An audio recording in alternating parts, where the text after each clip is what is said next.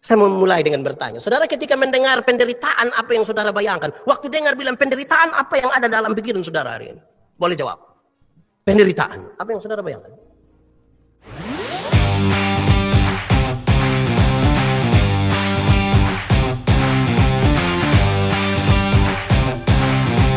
Shalom. Sekali lagi shalom. Ada sukacita. Senang sekali hari ini kita bisa beribadah di sini. Bukan saja kita sendiri di sini, tetapi bersama-sama dengan saudara-saudara lain seiman yang percaya kepada Tuhan Yesus Kristus, kita beribadah bersama. Ada yang di sini, ada yang di rumah. Ada yang mengikutinya lewat YouTube, ada yang mengikuti lewat Facebook, ada yang lewat Zoom. Bagi semua saudara yang mengikuti di rumah, saya ingin sampaikan kita beribadah, kita bukan menonton ibadah. Banyak orang yang ikut di rumah itu kira dong menonton ibadah. Kalau kita beribadah berarti sikap ibadah kita mesti jelas. Sikap kita terarah kepada Tuhan. Pakaian kita juga pakaian baik-baik. Jangan pakai celana. Celana apa? Oh, tahu juga celana umpan. Pakai pakaian yang sopan. Jangan sambil makan. Semua tenang dan beribadah kepada Tuhan, karena situasi seperti pandemi ini ibadah bawa sampai ke rumah. Tuhan bertemu kita di rumah dan sampai ke ujung-ujung dunia lewat media ini. Karena itu Tuhan lihat kita, lihat yang baik. Karena itu lewat media-media ini juga saya berharap kita bisa mengikuti dengan baik. Jangan mulai dengan like, subscribe, bagikan, tujuan apa lagi itu. Kita beribadah dulu kepada Tuhan, itu hal pertama. Tema kita hari ini saudara-saudara adalah mengikuti Yesus di jalan penderitaan. Saya mau mulai dengan bertanya. Saudara, ketika mendengar penderitaan, apa yang saudara bayangkan? Waktu dengar bilang penderitaan, apa yang ada dalam pikiran saudara hari ini? Boleh jawab. Penderitaan, apa yang saudara bayangkan? Omong. Penderitaan, apa yang saudara bayangkan? Sakit. Apa lagi? Luka. Apa lagi? Penderitaan. Tetapi saya coba bagi saudara-saudara bahwa penderitaan itu ada dua. Pertama, sakit fisik. Sakit fisik itu yang kita sakit. Masuk rumah sakit. Jatuh motor kok luka. Anak-anak muda don tato kok sakit. Itu sakit fisik itu. Tapi yang kedua sakit hati. Yang kedua sakit apa? Hati. Ada yang sakit hati di sini? Tidak ada Ini sakit fisik semua. Sakit hati itu, menurut saudara yang susah itu, yang paling berat itu sakit fisik atau sakit hati? Menderita fisik atau menderita batin? Mana? Dua-dua. Saudara kira satu saja. Luka mungkin akan sembuh. Tapi sakit hati itu bisa sepanjang hidup. Sakit hati itu sama kayak putus cinta itu. Pernah putus cinta? Pernah? Tidak pernah. Pernah kok tidak? Pernah. Ulang-ulang. Orang putus cinta itu kalau tidak segera diobati itu bisa sakit dari tamat SMP sampai mati. Jadi ada penderitaan dua-dua ini saudara-saudara. Nah, sebelum kita nanti lebih jauh untuk memahami penderitaan bersama Kristus di jalan Via Dolorosa itu, saya ingin sampaikan bahwa pada prinsipnya secara naluri manusia itu tidak suka menderita. Tidak ada manusia yang mau menderita. Semua mau hidup enak-enak, menderita sedikit pun tidak mau. Amin kok. Di sini ada yang mau sakit, tidak mau Makanya orang tua dong sakit, ada batuk, pilek, kita bilang mama periksa, nanti sembuh juga. Iya, nanti sembuh. Itu kan dia tidak mau menderita. Ada yang putus cinta kok sakit hati sekali, kita bilang galau kok. Tidak. Memangnya di dunia hanya satu. Padahal dia pulang itu menangis Bapak. Betul. Anak muda dong ada yang putus cinta. Saya lihat kampung muka ini. Pada prinsipnya manusia itu tidak mau menderita. Manusia tidak mau memikul salib. Manusia tidak mau. Tetapi saudara tahu bahwa pikul salib itu memang penderitaan itu identik dengan sakit dan lain sebagainya. Dan iblis tahu bahwa manusia itu tidak mau sakit. Lalu apa? Iblis coba untuk mengganggu sikap manusia. Kalau ikut Yesus kok sakit, lebih baik bosan tidak usah ikut. Untuk apa ikut Yesus tapi menderita? Dulu ketika saya belum kenal Yesus, saya punya hidup aman, saya kaya raya, tidak pernah sakit. Dulu saya minum sop itu, minum, tidak pernah sakit. Sekarang ketika berhenti itu yang tak sakit. Di sini ada yang begitu. Pernah dengar itu kalimat? Atau sendiri omong? Wih, kalau kita ikut Tuhan kok sakit begini, wih, saya tidak bisa. Tapi ada satu hal yang menarik disampaikan oleh Paulus. Paulus bilang begini, penderitaan ringan yang saya alami ini tidak bisa dibandingkan dengan kasih Kristus yang besar. Dengan kekekalan yang Tuhan siapkan buat saya. Penderitaan ringan yang saya alami tidak bisa dibandingkan dengan kekekalan yang Tuhan siapkan. Wih, saya coba periksa Paulus pun penderitaan yang dia bilang ringan-ringan itu. Satu, Paulus pernah tenggelam di laut. Ringan. Kalau ada yang bilang ringan, coba ikut saya pita belolong. Saya lepas dia di situ dan dia tahu memang bilang itu ringan. Paulus pernah masuk penjara, ringan. Oh, saya kira kalau ada yang bilang ringan, coba polisi satu lewat, so dia lempar. Dia langsung tahu berat itu. Paulus itu pernah dicambuk. Dalam tradisi cambuk mereka itu, orang yang kena hukuman cambuk itu, dia dipukul kira-kira 39 sampai 40 kali. Di ujung cambuk itu ada paku yang begini. Dan satu kali kena itu dia bawa isi. Ringan. Lalu kenapa Paulus bilang itu ringan? Karena dia tahu bahwa itu sesaat. Tapi surga itu Tuhan siapkan bagi kita. Amin kok. Karena itu dengan pasti sekali dia bilang begini. Apa yang dapat memisahkan. Saudara tidak tahu ini lagu? Nah, kenapa suruh saya solo? Apa yang langsung di ref. Tiada satu pun seperti kau, Yesus, kau sahabat yang sejati. Dalam bahaya Kau menggendongku, Engkau Yesus sahabat. Itu yang membuat dia kuat ketika dia ada di tengah pencobaan. Ketika dia ada di dalam kesakitan. Termasuk kalau saudara COVID hari ini. Itu yang membuat engkau kuat. Tetapi sekali lagi saudara-saudara, iblis menggoda kita. Bagaimana dia menggoda kita? Dia coba mengarahkan pikiran kita tidak kepada Tuhan. Tapi dia arahkan kita kepada pikiran yang dipikirkan oleh manusia. Nyala engkau iblis. Engkau pikirkan hal yang dipikirkan oleh manusia. Bukan yang dipikirkan oleh siapa? Iblis ini dia kerja, dia serang di sini. Saya ingin sampaikan kepada saudara bahwa iblis sekarang tidak datang dengan muka yang berdarah-darah, kau kasih takut orang. Oh, tidak lagi. Dia pakai cara-cara. Kok yang kasih takut orang tidak perlu iblis. Ada orang yang anak-anak kecil yang tidak bisa makan, dia makan teh om datang. Oh, gitu. Di sini juga ada. Yang biasa sedikit sih, oh begitu itu ada. Iblis sekarang kerja lebih dari itu. Dia serang kita botak. Kita pikirkan apa yang dipikirkan oleh manusia. Pada saat manusia berpikir tentang surga, dia bilang, ini kamu masih di dunia, kok hidup hanya sekali. Ini anak-anak muda dong minta untuk mau pelayanan. Sabar Bapak, ini masih muda, masa muda nih sekali Bapak. Banyak yang kita minta majelis ketika masih kuat dan tidak mau. Nanti su pensiun seumur 70-80 baru dia datang bilang, kalau bisa saya diaken. Ini dia mau apa? Di Kuantium juga ada. Begitu ada.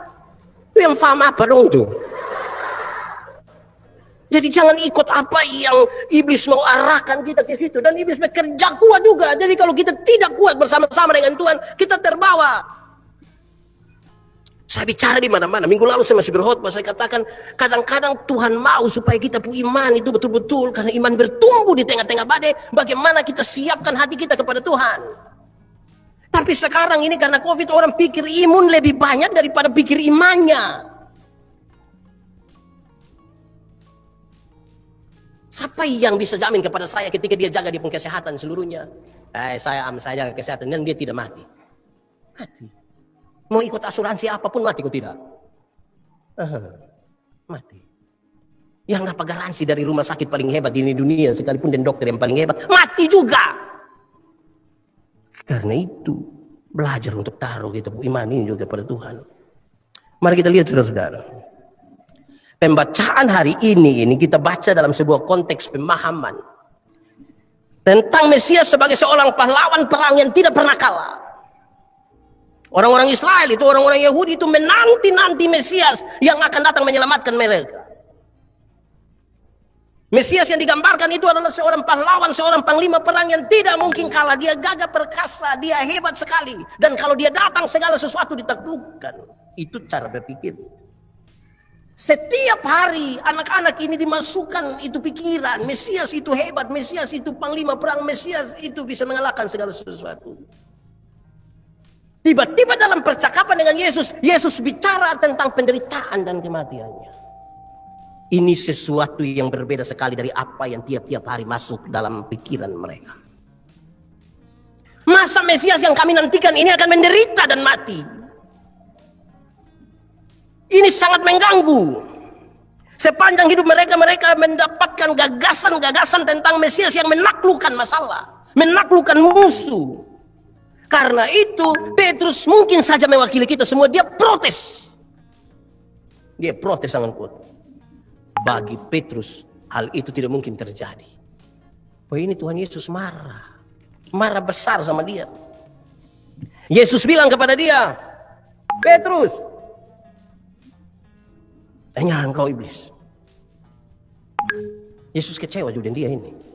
Bagaimana kita dua sama-sama ini, tetapi engkau mengungkapkan sesuatu yang sebenarnya diganggu oleh iblis. Engkau tidak melihat apa yang Tuhan Allah pikirkan, tapi engkau melihat apa yang dipikirkan oleh manusia, termasuk yang kau sendiri. Enyaklah engkau iblis.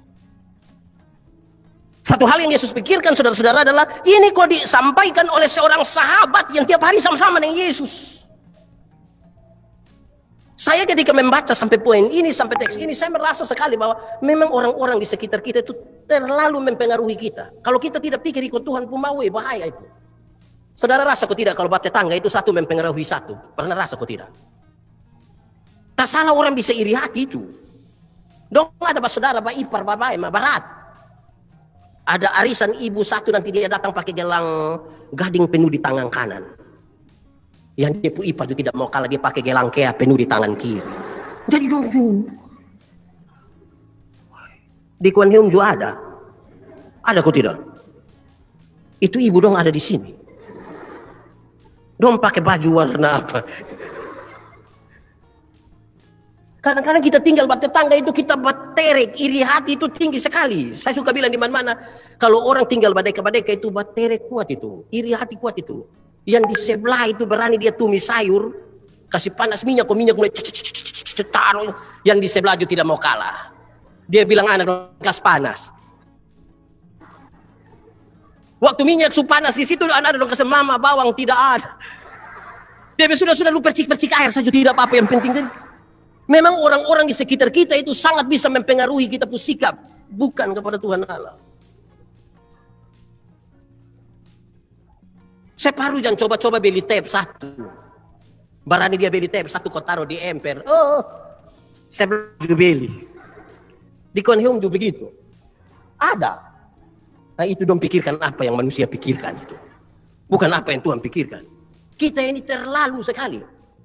Saya suka bilang begini, ada ibu-ibu yang dia suami baru pulang kerja, dia lihat, Bapak, yo, don di sebelah saya beli TV. Oh beli. Besok Bapak, yo, don di sebelah saya motor baru. Oh beli. Lusa bab 2 bulan, Bapak, yo, don di sebelah saya ada sofa baru. Beli. Hari Kamis bab 2 bulan, mamtu bilang, Bapak, yo, mau beli apa lagi? Tidak Bapak. Kenapa? Bapak tahu kok tidak? Bapak di sebelah ada istri baru.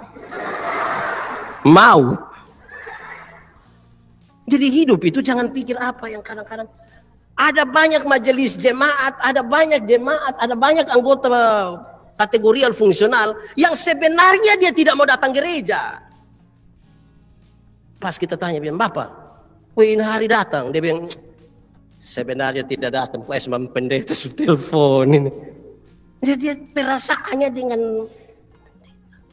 pendeta ini. Karena kita pikirkan apa yang dipikirkan oleh manusia. Saudara tahu, pertama Korintus pasal 15 ayat 33 kasih tahu dengan sangat baik. Jangan kamu sesat. Pergaulan yang buruk merusakkan kebiasaan yang baik. Lihat Petrus ingin menyampaikan sesuatu supaya misi besar dari Tuhan Allah untuk menyelamatkan kita gagal. Dari mana? Kawan. Hati-hati pilih kawan. Hati-hati. Pergaulan yang buruk merusak kebiasaan yang baik. Di sini semua ada kawan kok. Itu kawan ada datang. Coba lihat itu kawan pemuka. Jangan bikin rusak hal yang baik dari sebuah persahabatan. Jaga baik-baik itu persahabatan. Karena kawan itu saudara-saudara, kalau saya coba bicara dalam kaitan dengan iblis pun cara kerja, dengan pergaulan yang buruk merusakkan kebiasaan yang baik, saya akan bilang begini. Kadang-kadang kawan itu jadi setan. Kadang-kadang kawan jadi setan. Stop sudah jadi setan. Kadang-kadang suami jadi setan. Istri jadi setan. Istri boleh siap Bapak, kalau mau pergi gereja sampai in hari kayak Bapak kepingin mau sendiri sama mama. Kok mama sudah cantik-cantik mau pergi mana? Pergi gereja. Sudah Tuhan juga mengerti. Di sini ada yang begitu. Saya mau tanya dulu, kenapa ini mama-mama lebih banyak dari bapak-bapak? Ini mama janda semua. Ini mama janda kok bukan? Mama janda kok bukan? Bapak. Itu bapak itu memang terlalu. Hati-hati. Kalau orang lain yang mau goda kita masih bisa tahan. Tapi yang dekat-dekat itu yang jadi setan kita pusing. Pusing. Anak muda dong ini kalau dong sudah saya ini hari saya mau ikut Tuhan Yesus. Siap Bapak dia mau pergi ibadah pemuda separuh bilang. Semua pendeta akhirnya dia tidak jadi pilih. Jadi hati-hati. Jangan jadi setan. Stop sudah. Di sini ada yang kerja mengganggu orang kok. Ada. Dia laki-laki kok perempuan. Stop. Stop sudah. Kadang-kadang kita pusing. Dalam gereja juga seringkali begitu. Orang lain boleh duduk siap-siap Bapak kau dengar firman Tuhan tidak lama tadi Bapak bilang tinunung. Di sini juga ada. Ada SMS dia buka pita Telkomsel. Kas mati. Karena kita pun gerakan semua ini kan orang lihat. Memang kadang-kadang kita repot di situ. Kita ini seringkali tidak baik. Berdoa itu bicara dengan Tuhan. Amin kok. Yakin. Yakin sekali atau yakin saja. Tapi seringkali kita tidak setan. Kita perasaan. Kalau manusia, tapi kalau sebentar saya bilang begini. Saudara-saudara, mari kita satu hati dalam doa syafaat. Pas semua pun tutup mata dia akan. Ini mama dan satu. Dong bikin acara di rumah, kok masak, undang kita, kok kita pi doa, ibadah syukur. Doa, firman itu yang baik saudara-saudara. Kita satu hati dengan keluarga bersama-sama dalam doa syukur ini. Pas kita mau berdoa dengan ibu-ibu dong langsung di belakang semua. Dong langsung di belakang. Sampai di belakang itu yang ketua dapur itu langsung bilang, sudah doa syafaat. Sudah siap. Kuat tadi sukas panas. Padahal hanya kacang berini bon. Tapi orang berdoa ini yang dong pidatan. Di kuatnya ini yang biasa ketua dapur siapa? Coba tunjuk saya. Ada kok. Siapa pu istri itu? Okay? Jangan stop, berhenti jadi setan. Orang lagi taruh perhatian di Tuhan ini terganggu karena kita punya sikap pidatan ini mengganggu orang dari hadapan Tuhan, saudara. Amin kok. Amin lah bikin. Jadi kasih tahu. Saudara kita goda orang ini, goda orang itu saya lihat satu video ini ada anak kecil dong ini.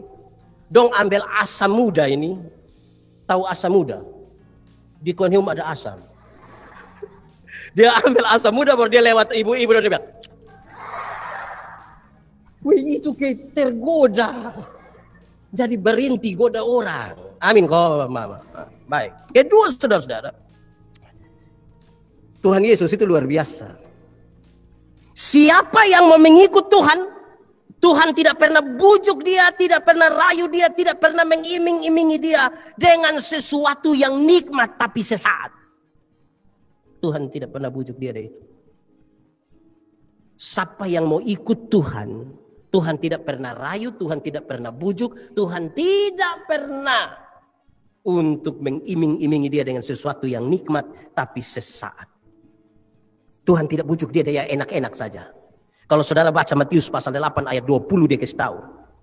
Tuhan Yesus berkata, serigala mempunyai liang dan burung mempunyai sarang. Tetapi anak manusia tidak mempunyai tempat untuk meletakkan kepala.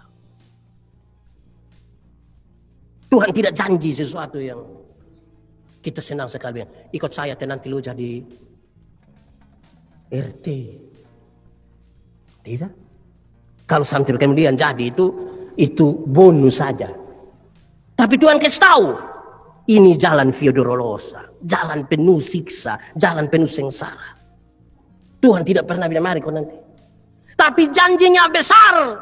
Kalau kenikmatan sesaat dia tidak berikan, berarti dia tidak bilang ada surga yang saya siapkan. Untuk apa badan bagus-bagus, pakaian ketat-ketat, hidup kaya raya, mati masuk neraka. Kurus-kurus, susah-susah, noe-noe, mati masuk surga. Mana yang baik?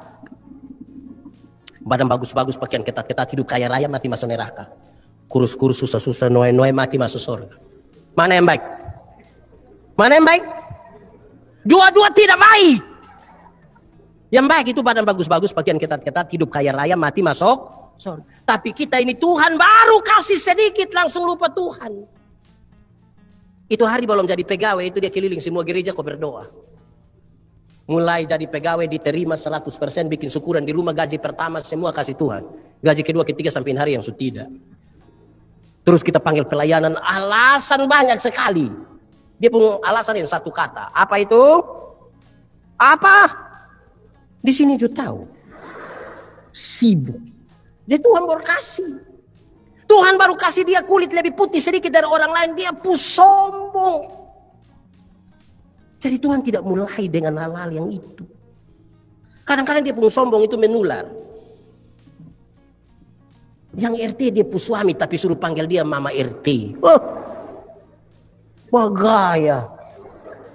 Yang kepala sekolah dia pun suami tapi suruh panggil dia mama kepsek. Aduh. Lama-lama mam tua juga tanda tangan rapor gitu pusing. Jadi saudara-saudara, saya ingin kasih tahu kita, Tuhan itu bukan tidak mampu memberikan kepada kita hal-hal yang penuh kenikmatan. Bukan tidak mampu. Tapi semua yang nikmat yang dipikirkan oleh manusia itu bersifat sangat terbatas. Semua akan habis selesai. Tuhan Yesus lagi bawa kita pemikiran ini kepada sesuatu yang menembus ruang dan waktu. Pada kekekalan kita. Bukan hanya ketika kita umur 70 sampai 80 tahun. Tetapi dari kekal hingga itu yang Tuhan mau. Ketiga dulu saudara. Saya mencatat untuk kita bahwa Tuhan Yesus memanggil siapapun. Untuk mengalami sesuatu yang bukan dia alami pertama. Tapi Tuhan sudah mengalaminya lebih duluan. Ketika Tuhan memanggil seseorang untuk ada pada jalan via dolorosa. Menderita bersama-sama dengan dia. Dia tidak pernah membiarkan kita untuk kita menderita duluan, tapi dia tidak pernah menderita. Semua yang terjadi pada diri kita, Yesus sudah pernah alami. Kalau saudara pernah menderita, Yesus juga pernah menderita.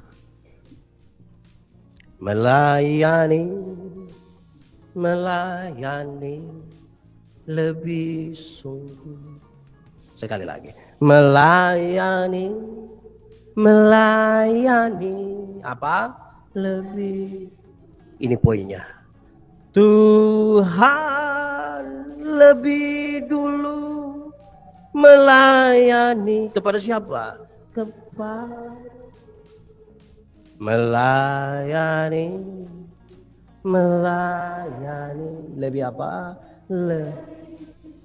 Kadang-kadang kan kita tidak bisa mengampuni, kita tidak bisa menerima, tapi Yesus bilang, mengasihi. Lebih apa? Sekali lagi. Mengasihi lebih. Karena apa saudara-saudara? Tuhan lebih dulu mengasihi kepadaku. Mengasihi.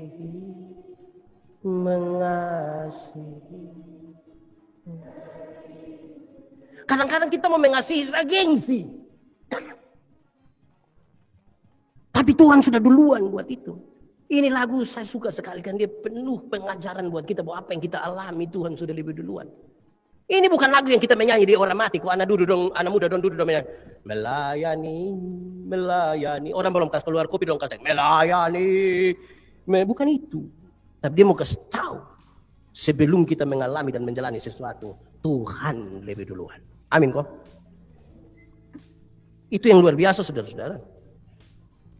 Keempat saudara-saudara. Kepada orang-orang yang Tuhan panggil, dia beri kekuatan kepada kita untuk memikul salib. Semua orang yang Tuhan panggil pada jalan bersama dengan Tuhan itu, kekuatan dia berikan kepada kita untuk pikul salib. Dan kekuatan itu adalah kekuatan yang dari Tuhan. Tuhan itu sendiri, karena Tuhan ukur betul. Saya coba baca kembali bagian ini. Pertama Korintus pasal 10 ayat 13. Pencobaan-pencobaan yang kamu alami adalah pencobaan-pencobaan biasa, yang tidak melebihi kekuatan manusia. Sebab Allah setia dan karena itu ia tidak akan membiarkan kamu dicobai melampaui kekuatan kamu. Pada waktu kamu dicobai, ia akan memberikan kepadamu jalan keluar sehingga kamu dapat menanggungnya. Tuhan berikan kepada kita kekuatan. Amin kok.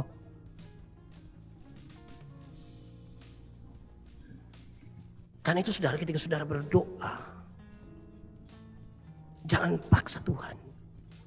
Sepertinya Tuhan sudah lari dari kita. Separuh biasa ketemu saya Pak Pendeta, saya berdoa sampai berhenti toh. Karena kita kira Tuhan sudah tinggalkan kita dan tidak memberi kekuatan kepada kita untuk bisa bertahan dalam berbagai-bagai pencobaan hidup ini. Tuhan suruh kita, dia tidak pernah suruh kita pergi kosong-kosong. Kekuatan yang dia berikan, dia uji. Untuk anak, dia mau supaya kita mengalami dan menjalani sesuatu yang luar biasa, untuk kemudian kita bersaksi tentang kemuliaan Tuhan pada jalan-jalan penuh pergumulan itu. Untuk anak SD, dia kasih soal SD. Untuk anak SMA, soal SMA. Kan dia ukur betul kita punya kekuatan.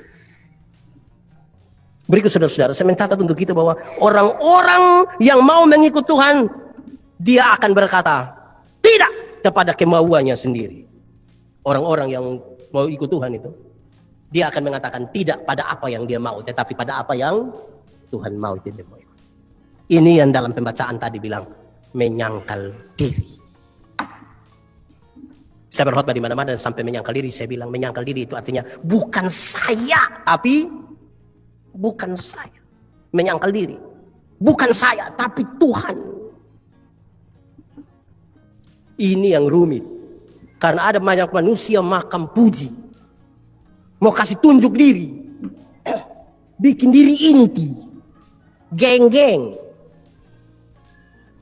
Padahal Tuhan ajar menyangkal diri. Menyangkal diri itu artinya bukan saya, tapi saya berkhotbah di mana-mana. Saya bilang begini tentang ini, tentang pengakuan tentang Tuhan itu.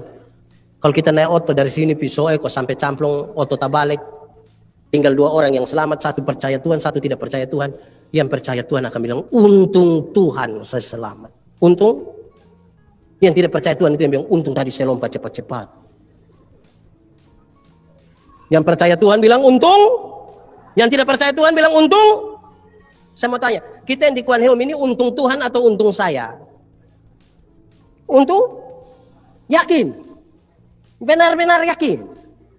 Mantap. Saya mau tanya, siapa yang bangun ini gedung kebaktian Laharoi ini? Siapa? Omong!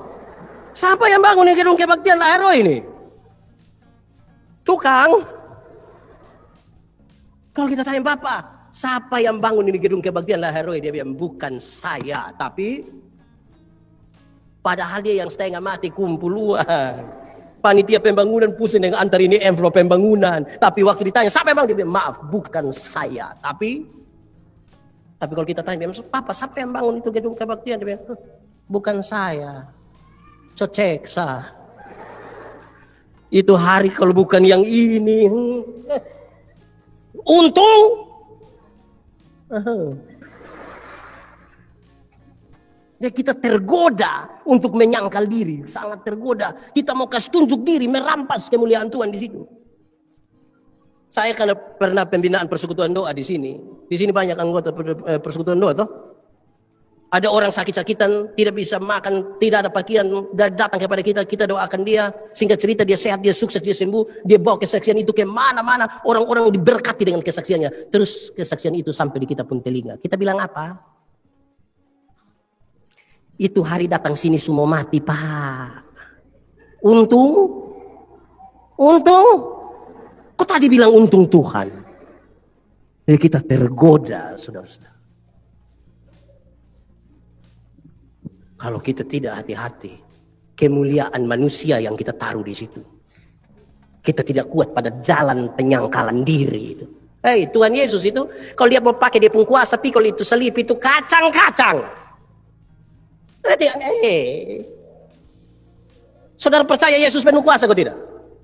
Percaya kok tidak? Dia bisa pikul itu salib kok tidak? Terlalu gampang. Tapi dia tahu misi yang harus dia bawa untuk penyelamat. Bukan dia. Kira-kira ketika dia disalib dia bisa lawan itu tentara-tentara yang mau tombak. Bisa kok tidak? Tapi apa? Dia menyangkal. Tapi kita ini saudara, kadang-kadang kepingin kasih tunjuk kuasa. Orang yang kepingin kasih tunjuk kuasa itu dia pun kalimat tiap hari gampang. Pak Pendeta, pokoknya bolok Kuan Heum itu tanya saja.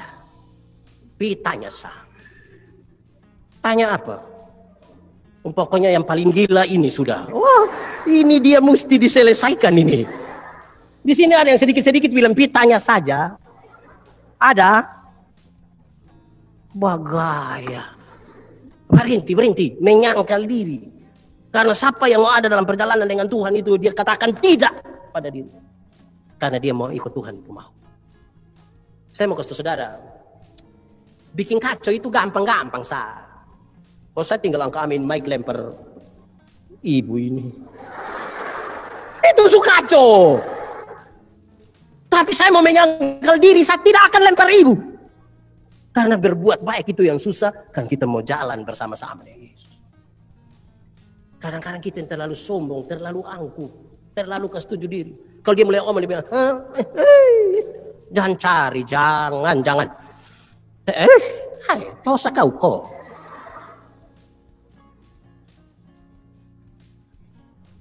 Saudara, mari kita pulang. Saya ingin menegaskan ini lebih lagi pada beberapa hal ini. Saya khotbah lama tidak apa-apa Setahun datang satu kali. Saudara, Tuhan Allah memberikan kepada kita kehidupan itu untuk dipergunakan, bukan untuk disimpan. Tetapi saudara perlu tahu, mempergunakan kehidupan itu penuh dengan resiko. Kalau saya ringkaskan ini kalimat dia bilang begini. Kalau Tuhan kasih kita hidup, pasti dia punya maksud. Amin kok. Kalau kita hidup sampai hari ini, ada maksud. Ini hidup ini dipakailah untuk maksud Tuhan. Maksud Tuhan itu untuk dipahami ringan. Apapun kamu perbuat, semuanya untuk kemuliaan Tuhan. Supaya kita menjadi berarti, jadilah berkat. Oh Tuhan, pakailah hidupku. Saudara tahu lagu ini? Kalau tahu pulang baru menyanyi kita dengar khotbah dulu. Bila ku tak berdaya lagi, hidup ini sudah. Jadi ketika dia mati dia bilang soalnya, Bapak tua sudah diberkat, sudah jadi. Jangan dari berdaya sampai tidak berdaya jadi apa-apa. Hanya jadi beban saja. Dia baru muncul di muka pintu dan beban sudah datang. Hidup ini mesti jadi berkat. Tetapi untuk jadi berkat, ada risiko, ada pengorbanan, ada penderitaan. Amin kok. Mama-mama dong paling tahu. Ketika dia punya anak dong mau makan. Makanan tinggal satu piring, tapi dia tahu bahwa dia punya anak dong mau makan. Sekalipun dia belum makan, dia akan bilang, kamu makan. Anak dong tanya, Mama su makan. Mama tapi kamu makan. Tapi itu dia omong dan tulus. Kalau sampai ada mama makan kok kenyang, makan. Jadi itu mama tidak tulus. Tapi saya lihat ini mama dong tulus semua ini. Itu jadi berkat. Korban, kita tidak makan, orang lain yang makan. Makan kok, tunggu buat foto kau buat di Facebook. Jadi berkat itu ada konsekuensi. Kadang-kadang kita berkumpul dalam satu urusan, dalam satu acara gereja, acara keluarga, mau jadi berkat itu kita cabut uang kok kita yang taruh. Separuh itu pas kumpul uang dia tidak ada. Nanti pas makan dia sampai. Jadi berkat itu ada risiko. Kalau dong sebut kita bilang ini orang tua, kita pun orang tua. Woi itu mau urusan nikah kok, urusan mati kok. Semua. Kadang-kadang bakal ada istri kok babi tinggal satu di belakang untuk mama ulang tahun mas sudah bawa. Jadi berkat itu ada risiko. Saya mau tanya saudara tolong jawab. Siap jadi berkat kok siap? Masa tidak dengar? Siap jadi berkat? Siap. Ada risiko. Saudara, di tengah-tengah dunia yang sudah berjalan ikut iblis pun mau, ketika kita mau menyatakan sesuatu yang berat, yang benar, siap untuk dibenci. Yang pegawai-pegawai ada yang mau coba-coba ikut aturan, mau datang tepat waktu, pulang tepat waktu, segala macam. Banyak yang urus ini negara. Lu jangan. Kita coba-coba untuk mau yang lurus itu tantangan besar sekali. Akhirnya kita diperhadapkan pada pilihan. Mau jadi kedorang atau mau jadi seperti apa yang Tuhan mau. Satu saat ada satu tempat itu kering, air susah. Jadi ini orang di kampung ini minum dia mata air kecil satu. Tiba-tiba hujan besar turun dan orang-orang bersukaria sekali. Tapi ada satu keluarga suami istri itu dapat mimpi bilang begini. Itu air hujan yang turun itu air beracun. Jadi siapapun yang akan minum itu air akan gila. Akhirnya ini suami istri dong tutup ini mata air ini. Dong minum dari situ. Semua yang ada senang-senang minum itu air hujan gila semua. Setelah dong semua gila tinggal 2 orang yang tidak gila ini yang jadi masalah. Setiap kali dong 2 suami istri jalan ke mana orang gila dong lihat dong bilang begini. Lihat itu 2 gila. Dong gimana sudah bilang itu gila. Akhirnya dong 2 stres karena orang main omong dong gila. Baru yang omong ini orang gila ini. Omong dong bilang gila. Akhirnya dong 2 sepakat mama. Daripada kita tidak gila tapi orang bilang kita gila. Lebih baik kita minum kok kita gila semua. Pada akhirnya kita diperhadapkan pada pilihan. Mau jadi gila dan semua orang. Omong gila ini saya ingat betul-betul. Berapa minggu lalu, bulan lalu. Saya pulang dari bapak mantu ke rumah. Tapi bapak mantu bukan orang Wenlas. Pulang begini, ada orang gila. Satu duduk sebelah kanan, ada motor di sebelah kiri. Jadi saya rasa terlalu sempit. Memang pelan-pelan bisa. Tapi saya coba untuk mau bertogor. Dan dia saya kasih turun kaca otot. Saya bilang, bisa lewat kok. Dia lihat saya, lu gila kok. Bisa ada orang gila bilang, saya gila itu. Menurut saudara saya tanggapi dia kok tidak usah. Menurut saudara saya perlu tanggapi dia kok tidak. Tanggapi kok tidak. Nah baik sudah. Berdasarkan cerita itu ada yang gila banyak di kita pun sekitar. Kita pilih tanggapi kok tidak. Tapi jangan kita tanggapi mapiman malu. Jangan begitu juga. Jangan begitu juga Oke. Saudara-saudara. Kenapa ada resiko-resiko? Saya hanya mau catat hal-hal ini. Di poin pertama saya mau kasih tahu ada 3. Orang bisa saja mengorbankan kehormatan untuk kepentingan ekonomis. Orang bisa saja mengorbankan kehormatan hanya untuk kepentingan ekonomis. Contoh banyak sekali. Kalau ada uang di situ, ada hal yang bersifat ekonomi, biar kita mau pi kopat tendes baru irabek di situ.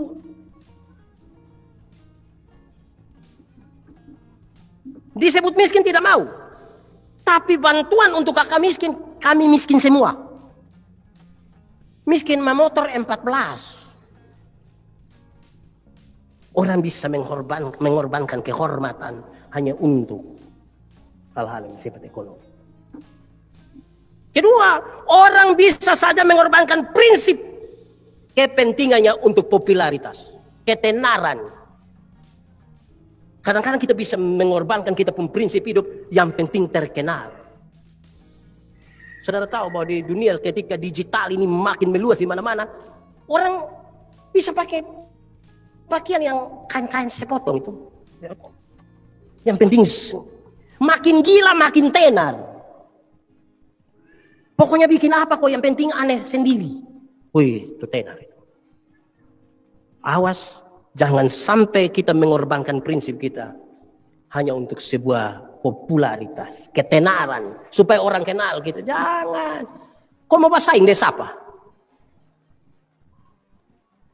Kau mau basahin desa apa? Kadang-kadang kita pusing kau mau basahin dengan orang, padahal orang ada diam-diam sah. Kita yang pusing. Duduk-duduk kita bilang, weh tadi dia ada omong apa sampai tahu. Ya, dia ada omong apa, omong kosong. Kadang-kadang saudara, orang bisa mengorbankan sesuatu yang abadi untuk hal-hal yang bersifat sementara. Yang abadi, yang kekal untuk hal-hal yang bersifat.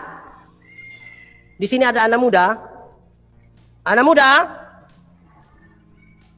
ada calon pacar, calon suami, calon istri ada. Hati-hati yuk. Dalam pengalaman pelayanan ini kami kasih CD orang ini, aduh. Apakah jawabmu itu? Dia pakai menangis. Ya, saya percaya dan berjanji dengan segenap hati. Foto baru kirim di kampung. Tapi 6 bulan kemudian dia datang dan dia pun bapak mama baru dia bilang, bapak pendeta tolong dulu. Tolong apa? Tolong saya. Tiap hari tolong lu saja. Kenapa? Bapak, kami sunika dina sang. Terus dia pun mama bilang, ais namanya anak-anak dong suka kita mau bilang apa lah yang. Terus dia pun bapak bilang, namanya kita orang tua pun tugas ini urus toang. Terakhir pendeta-pendeta hanya bilang, hoang. Jadi kadang-kadang untuk sesuatu yang kekal orang bisa jual Tuhan Yesus. Amin kok. Di Kuan Heom ada yang gara-gara cinta itu, yang cinta beda agama itu. Jodoh, pekerjaan, ekonomi bisa buat orang lupa buat Tuhan. Orang bisa korbankan. Kenapa? Dia tahu bahwa kalau dia ambil jalan itu tetap pada Tuhan, dia menderita. Buka kios sama-sama, yang satu lantai 2 dia pun tutup. Siapa mau begitu? Dia juga mau. Kita bisa mengorbankan itu semua. Yang prinsip kita bisa mengorbankan kehormatan, bisa mengorbankan hal yang kekal hanya untuk yang sementara. Itu tantangan kita Saudara, berikut. Tuhan Yesus lagi berbicara tentang sebuah kepastian dalam kepercayaan diri berhadapan dengan kematian. Jadi waktu Yesus berbicara tentang penderitaannya, dia tidak bicara tentang ketakutannya, tapi sebuah kepastian dalam percaya diri. Saya akan mengikuti jalan Via Dolorosa ini. Pasti sekali. Dia tidak menyerah, dia tidak pasrah, tapi dia siap untuk masuk dalam jalan ini. Kadang-kadang kita masuk dalam jalan Via Dolorosa itu terpaksa. So, tidak ada pilihan lain. Jadi Tuhan Yesus ketika bicara itu dia bicara dalam sebuah kepastian. Masuk dalam penderitaan. Kenapa saudara? Karena salib itu bukan saja berbicara tentang penderitaan karena memikul salib. Diludahi, dipukul. Tapi salib itu berbicara juga tentang pembunuhan. Yesus sengsara, diludahi, dicambuk, disiksa, pikul salib. Selesai di situ, tidak naik lagi dia pun kelas. Dia dibunuh. Terlalu luar biasa itu tahapan penderitaan itu. Sehingga di minggu sengsara ini, ketika kita mau untuk merenungkan dengan baik, betapa Tuhan luar biasa. Saudara-saudara, saya ingin akhiri khotbah ini Teman-teman di pekabaran Injil, di penginjilan selalu bercerita soal ini. Saudara mungkin tahu, tapi saya ingin bercerita ulang. Ada seorang jenderal tentara di Rusia, namanya Jenderal Samila. Dia anti pemerintah, karena itu dia bergerilya dari hutan-hutan untuk melawan pemerintah. Satu saat dia dapat laporan dari dia punya anak buah. Lapor komandan, kita pembahan makanan orang curi. Jenderal Samila sangat marah. Kita sudah susah, makanan makin sedikit, masih ada orang pencuri. Dia perintah dia anak buah, cari yang pencuri, tangkap, pukul, cambuk dia di muka umum biar yang lain lihat, supaya jangan coba-coba ulang. Kamu jangan coba-coba kembali kalau belum dapat yang curi itu.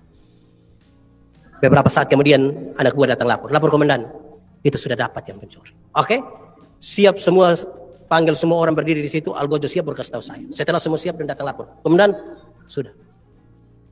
Ketika Jenderal Samila pergi ke sana, betapa terkejutnya dia. Dia sangat terkejut. Kenapa? Ternyata yang pencuri itu ialah dia punya mama kandung sendiri.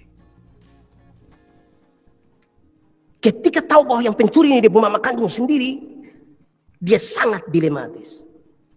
Kalau dia hukum dia punya mama kandung, orang akan bilang ini anak tidak tahu diri. Masa mama yang melahirkan dia hukum. Tapi kalau dia tidak hukum dia punya mama kandung, orang akan bilang dia pemimpin yang tidak adil. Orang lain dia hukum, tapi dia punya mama sendiri dia tidak hukum. Lalu apa yang dilakukan oleh Jenderal Samila? Dia buka dia punya baju kebesaran sebagai seorang jenderal. Dengan badan telanjang itu dia peluk dia punya mama kuat-kuat. Dia bisikan satu kalimat di dia punya mama pun telinga. Ibu, aku mengasihi engkau. Terus dari mulutnya sendiri dia perintah dia punya anak buah. Cambuk. Dia punya anak buah dan semua maju mulai cambuk dia punya mama. Tapi karena dia peluk dia punya mama kuat-kuat, tidak ada satu cambuk pun yang kena dia punya mama. Semua kena di dia punya badan sendiri. Saya mau tanya, ada kasih kok tidak di situ? Ada keadilan di situ kok tidak? Kasih dan keadilan hanya bisa bertemu melalui sebuah pengorbanan. Itu yang membuat Yesus memeluk kita.